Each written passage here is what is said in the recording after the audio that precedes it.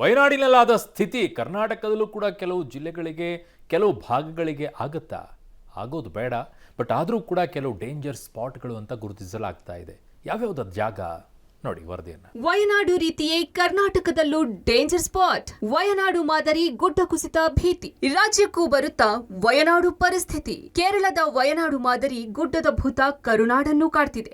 ರಾಜ್ಯಕ್ಕೂ danger alarm ಬಡಿತಿದೆ. Wayanad ಮಾದರಿಯಲ್ಲೇ ಕರ್ನಾಟಕದಲ್ಲೂ ಗುಡ್ಡ ಕುಸಿತ ಆತಂಕ ಮನೆ ಮಾಡಿದೆ. ಕ್ಷಣ ಕ್ಷಣಕ್ಕೂ ಟೆನ್ಷನ್ ಹೆಚ್ಚಾಗ್ತಿದ್ದು ಮಳೆ ಇದೇ ರೀತಿ ಮುಂದುವರೆದ್ರೆ ಯಾವ ಕ್ಷಣದಲ್ಲಿ ಏನ್ ಬೇಕಾದ್ರೂ ಆಗಬಹುದು. ಈ ಬಗ್ಗೆ ನಿಮ್ಮ ಪಬ್ಲಿಕ್ ಟಿವಿ ಖುದ್ದು ಅಖಾಡಕ್ಕಿಳಿದು ರಿಯಾಲಿಟಿ ಚೆಕ್ ನಡೆಸಿದೆ. ಕೊಡಗು ಜಿಲ್ಲೆಯಲ್ಲಿ ಕಳೆದ 4-5 ದಿನಗಳಿಂದ ಮಳೆ ಆರ್ಭಟ ಹೆಚ್ಚಾಗಿದ್ದು ಮಡಿಕೇರಿ ತಾಲೂಕಿನ 2ನೇ ಮೊಣ್ಣಂಗೇರಿಯ ಬೆಟ್ಟ ಪ್ರದೇಶದಲ್ಲಿ ಹಲವೆಡೆ ಬಿರುಕುಂಟಾಗಿದೆ. ಗ್ರಾಮೀಣ ಭಾಗದ ರಸ್ತೆಗಳು ಕುಸಿಯುವ ಹಂತಕ್ಕೆ ತಲುಪಿದೆ. ಹೀಗಾಗಿ 2018-19ರಲ್ಲಿ ಪ್ರಕೃತಿ ವಿಕೋಪಕ್ಕೆ ನಲುಗಿ ಹೋಗಿದ್ದ ಮೊಣ್ಣಂಗೇರಿ ಗ್ರಾಮದ ಜನರಿಗೆ ಮತ್ತೆ ಗುಡ್ಡದ ಭಯ ಕಾಡ್ತಿದೆ. ಕೊಡಗು ಜಿಲ್ಲೆಯಲ್ಲಿ ಕಳೆದ 4-5 ದಿನಗಳಿಂದ ಮಳೆಯಿಂದ ಒಂದಲ್ಲ ಒಂದು ರೀತಿಯ ಅವಾಂತರಗಳ ಜೊತೆಗೆ ಮಳೆ ಕೂಡ ಹೆಚ್ಚಾಗ್ತಾನೆ ಇದೆ.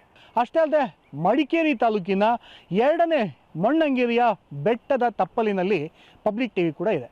ಪ್ರಸ್ತುತ ಪಬ್ಲಿಕ್ ಟಿವಿ ಇರ್ತಕ್ಕಂಥದ್ದು ಈಗಾಗಲೇ ಈ ಬೆಟ್ಟ ಪ್ರದೇಶ ಏನಿದೆ, ಈ ಬೆಟ್ಟ ಪ್ರದೇಶದ ಮೇಲ್ಗಡೆ 2018-19ನೇ ಸಾಲಿನ ಆದಂತಹ ದುರ್ಘಟನೆಗೆ ಈ ಊರು ಸಾಕ್ಷಿಯಾಗಿತ್ತು.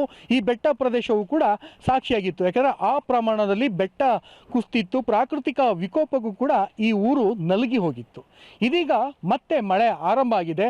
ಅದರಲ್ಲೂ ಕೂಡ ಆಗಸ್ಟ್ ತಿಂಗಳಿನ ಮಳೆ ಯಾವ ಪ್ರಮಾಣದಲ್ಲಿ ಇದೆ ಅಂದರೆ ಬೆಟ್ಟದ ತಪ್ಪಲಿನಲ್ಲಿ ಮತ್ತೆ ಗುಡ್ಡಗಳು ಬಿರುಕು ಮೂಡಲಿಕ್ಕೆ ಆಗ್ತಾ ಇವೆ. ಯಾಕಂದರೆ ಇದು ನೀವು ದೃಶ್ಯದಲ್ಲಿ ನೋಡಿ ಯಾವ ಪ್ರಮಾಣದಲ್ಲಿ ಈಗಾಗಲೇ ಬಿರುಕು ಮೂಡಿರ್ತಕ್ಕಂಥದ್ದು ಅಂದರೆ ಈ ಸಂಪೂರ್ಣವಾಗಿ ಮೇಲ್ಭಾಗದ ಗ್ರಾಮಸ್ಥರು ಕೂಡ ಇದೇ ರಸ್ತೆಯ ಈ ಬೆಟ್ಟದ ತಪ್ಪಲು ಏನಿದೆ ಈ ರಸ್ತೆಯ ಮೂಲಕ ಮಂಗಳೂರಿನ ರಾಷ್ಟ್ರೀಯ ಹೆದ್ದಾರಿಗೆ ಕನೆಕ್ಟಿವಿಟಿ ಇರ್ತಕ್ಕಂಥ ರಸ್ತೆ. ಆದರೆ ಇದೀಗ ಈ ರಸ್ತೆ ನಿರಂತರವಾದಂತಹ ಮಳೆ ಬಂದಂತಹ ಪರಿಣಾಮದಿಂದ ಈ ರಸ್ತೆ ಇಂಚಿಂಚು ಕೂಡ ಕೆಳಗೆ ಕುಸಿತಾ ಇದೆ.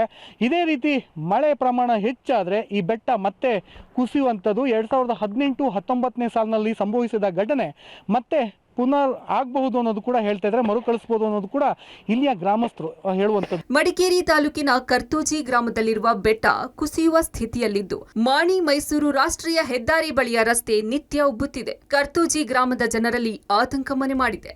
ಕೊಡಗು ಜಿಲ್ಲೆಯಲ್ಲಿ ಕಳೆದ 4 ದಿನಗಳಿಂದ ಮಳೆ ಆರ್ಭಟ ಹೆಚ್ಚಾಗ್ತಾ ಇದೆ. ಹೀಗಾಗಿ ಜಿಲ್ಲೆಯಲ್ಲಿ ನಾನಾ ರೀತಿಯಾದಂತಹ ಅವಾಂತರಗಳು ಮುಂದುವರಿತಾ ಇದೆ. ಅಷ್ಟೇ ಅಲ್ಲದೆ ಗುಡ್ಡಗಾಡು ಪ್ರದೇಶದಲ್ಲಿ ಇದೀಗ ನಿಧಾನ ಗತಿಯಲ್ಲಿ ಲ್ಯಾಂಡ್ಸ್ಲೈಡ್ ಭೂಕುಸಿತ ಕೂಡ ಉಂಟಾಗ್ತಾ ಇರ್ತಕ್ಕಂಥದ್ದು. ಪ್ರಸ್ತುತ ಪಬ್ಲಿಕ್ ಟಿವಿ ಮಡಿಕೇರಿ ತಾಲೂಕಿನ ಕರ್ತೋಜಿಯ ಬೆಟ್ಟ ಪ್ರದೇಶದಲ್ಲಿ ಇದೆ. ನೀವು ಇಲ್ಲಿ ದೃಶ್ಯದಲ್ಲಿ ನೋಡ್ಬೋದು. ಇದೀಗ ಭೂತಾಯಿಯ ಒಡಲು ಯಾವ ರೀತಿ ಬಿರುಕು ಉಂಟಾಗಿ ಭೂಮಿ ಕುಸಿತ ಇದೆ ಅಂತ ನೀವು ಇಲ್ಲಿ ದೃಶ್ಯದಲ್ಲಿ ನೋಡ್ಬೋದು. ಆ ಪ್ರಮಾಣದಲ್ಲಿ ಈ ಒಂದು ಭೂಕುಸಿತ ಉಂಟಾಗ್ತಾ ಇದೆ. ಕ್ಷಣಕ್ಕೂ ಕೂಡ ಈ ಒಂದು ಸ್ಥಳ ಏನಿದೆ ಈ ಸ್ಥಳದಲ್ಲಿ ಈ ಮಣ್ಣಿನ ಗುಡ್ಡ ಏನಿದೆ ಅದು ಸಂಪೂರ್ಣವಾಗಿ ಕುಸಿದು ಹೋಗಿರ್ತಕ್ಕಂಥದ್ದು. ಹೀಗಾಗಿ ಸುತ್ತಮುತ್ತ ಇರ್ತಕ್ಕಂಥ ನಿವಾಸಿಗಳಿಗೊಂದು ರೀತಿ ಆತಂಕ. ಆದರೆ ಮತ್ತೊಂದೆಡೆ ಈ ಗುಡ್ಡ ಕುಸಿದ್ರೆ ರಾಷ್ಟ್ರೀಯ ಹೆದ್ದಾರಿ ಏನಿದೆ ಮಾಣಿ ಮತ್ತು ಮಂಗಳೂರು ಮತ್ತು ಮೈಸೂರಿನ ರಾಷ್ಟ್ರೀಯ ಹೆದ್ದಾರಿ 275 ಏನಿದೆ ಅದಕ್ಕೂ ಕೂಡ ಗಂಡಾಂತರ ಕಟ್ಟಿಟ್ಟ ಬುತ್ತಿ. ಯಾಕೆಂದರೆ ಆ ಪ್ರಮಾಣದಲ್ಲಿ ಈ ಒಂದು ಗುಡ್ಡ ಕುಸಿತ ಉಂಟಾಗ್ತಾ ಇರ್ತಕ್ಕಂಥದ್ದು. ಕಳೆದ 4 ದಿನಗಳಿಂದ ಸುರಿತಿರುವಂತಹ ಭಾರೀ ಮಳೆಯಿಂದ ಎಲ್ಲ ಕೊಡಗಿನ ಬಹುತೇಕ ಸೋಮವಾರಪೇಟೆ ಇರ್ಬೋದು, ಮಡಿಕೇರಿ ಇರ್ಬೋದು, ವಿವಿಧೆಡೆ ಕೂಡ ಭೂಕುಸಿತ ಕೂಡ ಉಂಟಾಗ್ತಾ ಇದೆ. ಮಾನವ ನಿರ್ಮಿತ ಯೋಜನೆಗಳಿಂದ ಪಶ್ಚಿಮ ಘಟ್ಟಕ್ಕೆ ಹಾನಿಯಾಗಿದೆ. ಒಂದೆಡೆ ಎತ್ತಿನಹೊಳೆ, ಇನ್ನೊಂದೆಡೆ ಚತುಷ್ಪಥ ರಸ್ತೆಗಾಗಿ ಅವೈಜ್ಞಾನಿಕ ಕಾಮಗಾರಿಯಿಂದಾಗಿ 100 ಅಡಿಯವರೆಗೂ ಗುಡ್ಡ ಬಗೆದಿದ್ದಾರೆ. ಇದರಿಂದಾಗಿ ಅಡಿಪಾಯ ಗಟ್ಟಿ ಇಲ್ಲದೆ ಮಳೆ ಗಾಳಿಗೆ ಬೃಹತ್ ಗಾತ್ರದ ಮರಗಳು ಉರುಳುತ್ತಿದೆ. ಪದೇ ಪದೇ ಭೂಕುಸಿತವಾಗ್ತಿದೆ. ಹಾಸನ ಸಕಲೇಶ್ಪುರದ ಶಿರಾಡಿ ಘಾಟ್ನ ದೊಡ್ಡ ತಪ್ಪಲು ಬಳಿ ಮತ್ತೆ ಭೂಕುಸಿತವಾಗಿದ್ದು ದೊಡ್ಡ ಸದ್ದಿನೊಂದಿಗೆ ಕುಸಿದ ಮಣ್ಣಿನಿಂದಾಗಿ ತೆರವಾಗಿದ್ದ ರಸ್ತೆ ಮತ್ತೆ ಬಂದಾಗಿದೆ. ಹಾಸನ ಜಿಲ್ಲೆಯಲ್ಲಿ ಧಾರಾಕಾರವಾಗಿ ಮಳೆಯಾದ ಪರಿಣಾಮ ರಾಷ್ಟ್ರೀಯ ಹೆದ್ದಾರಿ 75 ಬೆಂಗಳೂರು ಮಂಗಳೂರು ಶಿರಾಡಿಘಾಟ್ ರಸ್ತೆಯಲ್ಲಿ ಪದೇ ಪದೇ ಭೂಕುಸಿತವಾಗ್ತಿದೆ.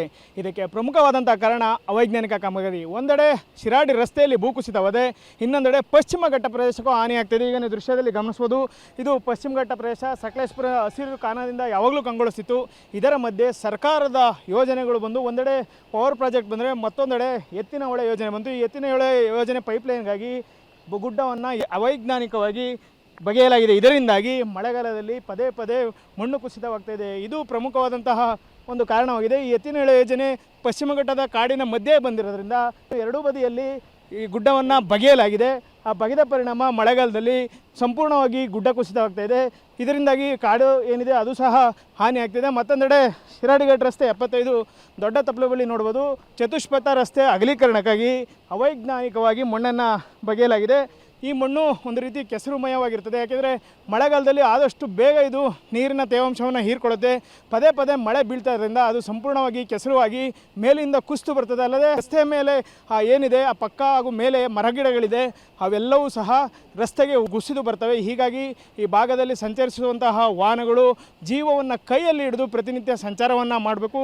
ಉತ್ತರ ಕನ್ನಡ ಜಿಲ್ಲೆಯ ಪಶ್ಚಿಮ ಘಟ್ಟ ಭಾಗದಲ್ಲಿ ನಿರಂತರ ಧರೆ ಕುಸಿಯುತ್ತಿದೆ. ರಾಷ್ಟ್ರೀಯ ಹೆದ್ದಾರಿ 66ರ ಶಿರೂರು, ಕಾರವಾರ, ಕದ್ರಾ, ಶಿರಸಿ, ಸಿದ್ದಾಪುರ, ಹೊನ್ನಾವರ ಭಾಗದಲ್ಲಿನ ಘಟ್ಟ ಪ್ರದೇಶದಲ್ಲಿ ಮಣ್ಣು ಕುಸಿಯುತ್ತಿದೆ. ಉತ್ತರ ಕನ್ನಡ ಜಿಲ್ಲೆಯ ಭಾಗದಲ್ಲಿ ಈಗ ನಿರಂತರ ಗುಡ್ಡ ಕುಸಿತ ಆಗ್ತಾ ಇರುವಂಥದ್ದು, ಅದರಲ್ಲಿಯೂ ಪಶ್ಚಿಮ ಘಟ್ಟ ಭಾಗಗಳಲ್ಲಿ ಇವಾಗ ಭೂಕುಸಿತದ ಒಂದು ಆತಂಕ ಇರುವಂಥದ್ದು. ಇವತ್ತು ನಾವು ನಿಮಗೆ ತೋರಿಸ್ತಾ ಇರುವಂಥದ್ದು ಲಿಂಗನಮಕ್ಕಿ ಜಲಾಶಯ ಭಾಗದಲ್ಲಿರುವಂತಹ ಗೇರುಸೊಪ್ಪದ ಜಲಾಶಯ ಭಾಗದ ಘಟ್ಟ ಪ್ರದೇಶದಲ್ಲಿ ಯಾವ ರೀತಿಯ ಪರಿಸ್ಥಿತಿ ಇದೆ ಅನ್ನೋದ್ರ ಬಗ್ಗೆ ನೀವು ನೋಡ್ಬೋದು. ಈಗ ನಾವು ಗೇರುಸೊಪ್ಪದ ಜಲಾಶಯದ ಭಾಗದಲ್ಲಿದ್ದೀವಿ. ಇಲ್ಲಿ ಈಗ ಗುಡ್ಡ ಕುಸಿಲಿಕ್ಕೆ ಈ ಭಾಗದಲ್ಲಿ ಕುಸಿತಾ ಇರುವಂಥದ್ದು. ಅದರ ಜೊತೆಗೆ ನಿಮಗೆ ತೋರಿಸ್ತೀನಿ ನಾವು ಎಲ್ಲಿದ್ದೇವೆ ಅಂತ ಹೇಳಿ. ಯಾಕೆಂದರೆ ಇಲ್ಲೆಲ್ಲ ಗುಡ್ಡ ಭಾಗಗಳಿದ್ದಾವೆ.